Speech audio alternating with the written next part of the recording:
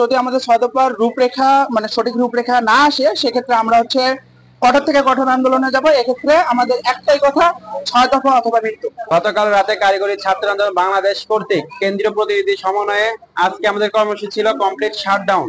সেই ক্ষেত্রে আমাদের ৬ দফা যতদিন না বাস্তবায়িত হবে বা রূপরেখা দেখানো হবে, ততদিন আমরা আমাদের ক্যাম্পাস, আমাদের প্রশাসনিক ভবন, একাডেমিক ভবন সহ সকল ভবন অনির্দিষ্ট সময়ের জন্য আমরা কমপ্লিট শাটডাউন দিয়েছি এবং সবকিছু তালাবদ্ধ থাকবে। যদি এরপরে আমাদের এই ৬ দফা নিয়ে কোনো বাস্তবায়িত রূপরেখা না দেখা যায়, তাহলে আমরা ভবিষ্যতে আরো বড় কর্মসূচিতে সামনের দিকে আগাবো।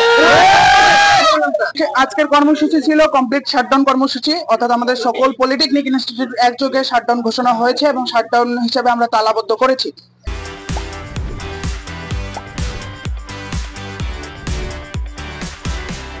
আমাদের পরবর্তী কার্যক্রম হচ্ছে, যদি আমাদের ৬ দফার রূপরেখা মানে সঠিক রূপরেখা না আসে, সেক্ষেত্রে আমরা হচ্ছে কঠোর থেকে কঠোর আন্দোলনে যাব। এক্ষেত্রে আমাদের একটাই কথা, ৬ দফা অথবা মৃত্যু।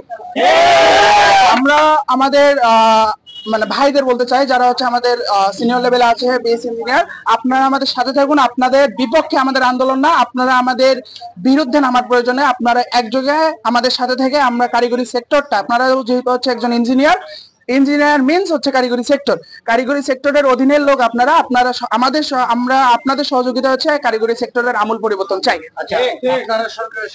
আমরা হচ্ছে প্রকৃত অর্থে ভালো বৈঠক চাই। আগে হচ্ছে আমাদের শিক্ষা উপদেষ্টা আমাদের সাথে বসতে চেয়েও বসেনি, উপসচিব আমাদের সঙ্গে বসেছিল, কিন্তু সেটাতে ফলস্বরূপ আমরা কোনো কিছু পাইনি। আমরা সরকার পক্ষকে বারবার আহ্বান জানাচ্ছি, স্যার আপনারা আমাদের সাথে বসুন।